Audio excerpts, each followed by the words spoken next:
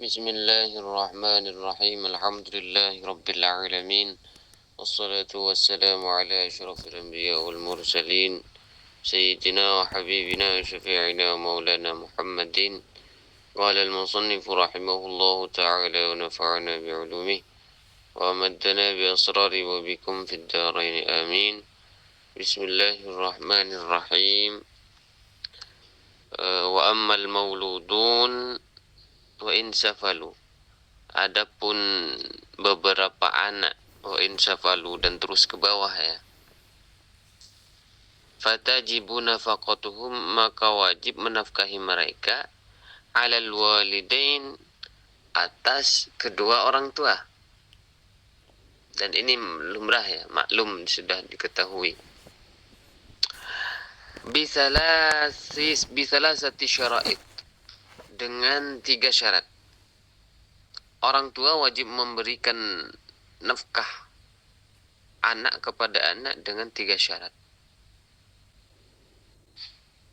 Yang pertama, ahaduha al-faqru was-sighar. Yang pertama adalah al-faqru was-sighar. Fakir was-sighar, dan masih kecil. Dia masih kecil dan tak punya penghasilan. Wajib orang tua menafkahinya. Dan ini maklum ya. Fal ghaniyul kabir la tajibu nafaqatuh. Adapun anak yang kaya dan sudah besar, sudah berkeluarga seumpama, walaupun gak berkeluarga, karena batasnya nanti al-baligh. Kalau sudah baligh itu masuk kategori kabir. Anak itu sudah baligh, dia punya uang, bisa usaha sendiri, jadi nggak wajib menafkahi mereka lagi. Orang tua nggak wajib menafkahi anaknya lagi, anaknya sudah kaya. Justru sebaliknya ya. Itu yang pertama. Yang kedua, awil faqru waz zamanatu. Yang kedua, fakir, nggak punya apa-apa, waz zamanatu, dan lumpuh. Walaupun udah dewasa, tapi untuk kerja nggak bisa. Dia tak punya uang, tak punya apa-apa, ya tetap orang tuanya yang merawatnya, orang tuanya yang membiayai hidupnya. Kemudian fal ghaniyul qawiyyu la tajibu nafaqatuh. Maka orang yang kaya dan yang kuat, artinya nggak sakit, nggak lumpuh, segar, la tajibu nafaqatuh, nggak wajib menafkahi dia. Yang ketiga, awil faqru wal junun. Dia fakir dan gila. Fal ghaniyul aqil, maka orang kaya yang berakal la tajibu nafaqatuh, enggak wajib menafkahinya. Tapi juga namanya orang tua ya. Walaupun anak sudah bekerja, sudah bisa mencari penghasilan sendiri, orang tua kadang tetap ingin memberi dengan alasan tidak ingin merepotkan anak. Itulah orang tua luar biasa. Kemudian wa dzakarul musannifu as-sabab ats-tsaniyah. Musannif menyebutkan pada sebab yang ketiga, yang kedua ya. Ats-tsaniyah, yang kedua, fi qoulihi, di dalam perkataan beliau, wa nafaqatur raqiqi wal bahaim wajibah. Yang kedua, yang pertama nafkah anak ya, atau menafkahi orang tua. Yang kedua, nafaqatur raqiq wal bahaim wajibah. Menafkahi budak hamba sahaya, wal bahaim, dan hewan-hewan ternaknya, wajibatun, wajib. Faman malaka raqiqan abdan aw amatan aw mudabbaran aw umma waladin aw bahimatan wajib alaihi nafaqatuhu. Barang siapa yang memiliki raqiq, budak, abdan, baik budak laki-laki, aw amatan, atau budak perempuan, aw mudabbaran, atau budak mudabbar. Budak mudabbar kalau nggak salah budak yang dijanjikan merdeka ketika sudah meninggal pemiliknya ya, kira-kira begitu. Au umma waladin, atau budak ummul walad, budak yang mengandung anak sayyidnya atau pemiliknya. Au bahimatan, atau hewan, wajib alaihi nafaqatuhu, wajib baginya untuk menafkahi mereka semua. Wajib menafkahi budak itu ataupun bahima itu. Kalau budak untuk sekarang kan jarang ya, nggak ada lah. Kalau dulu ada, punya budak yang sudah dibeli dari seseorang seumpamanya, jadi tidak hanya disuruh bekerja terus, tapi tetap dinafkahi. Meliputi apanya? Meliputi makanannya, kebutuhan sehari-hari, makanan, kemudian pakaian dan tempat tinggal. Ditambah lagi ya alat kebersihan lah. Kalau sekarang sabun seumpamanya, itu dicukupi. Wajib bagi pemilik itu. Nah, begitu juga ketika memiliki hewan ternak seperti kambing, seperti sapi, ayam. Kalau nggak dikasih makan, dosa yang pemiliknya itu. Kalau dibiarkan saja, dosa pemiliknya itu. Ini begitu indahnya agama kita.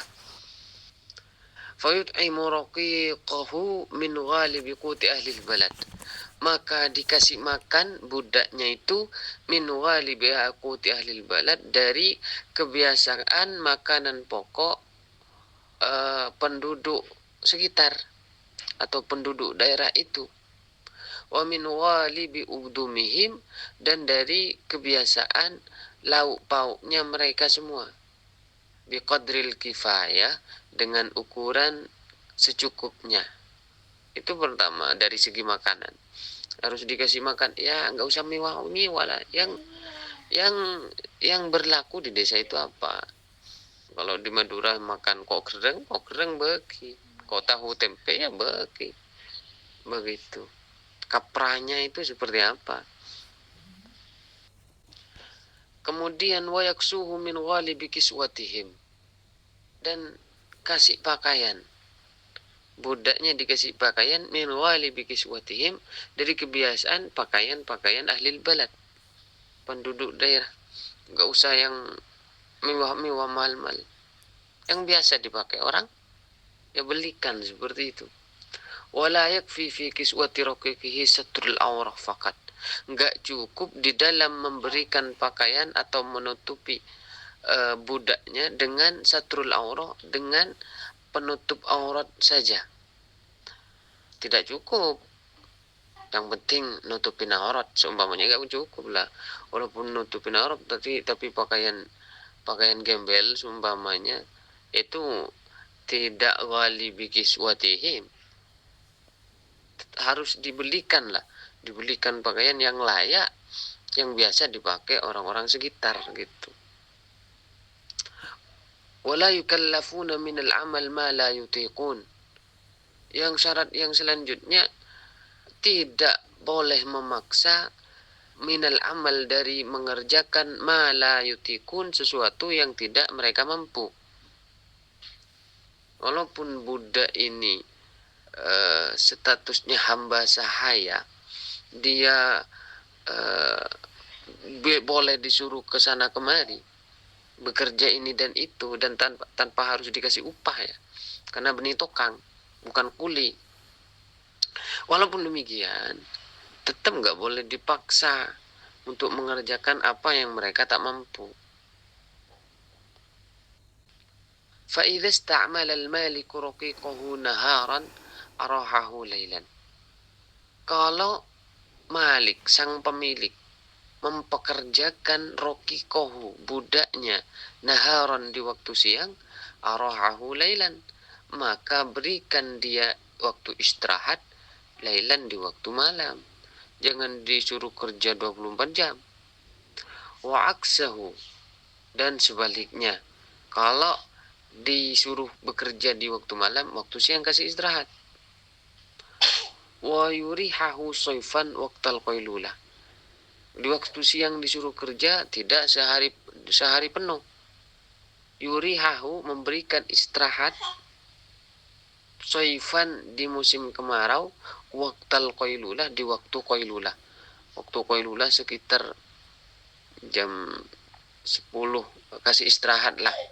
Orang anak-anak sekolah aja sekarang ada waktu istirahat 9 jam 9:30 masuk, nanti lagi jam 10:00 kan gitu kadang.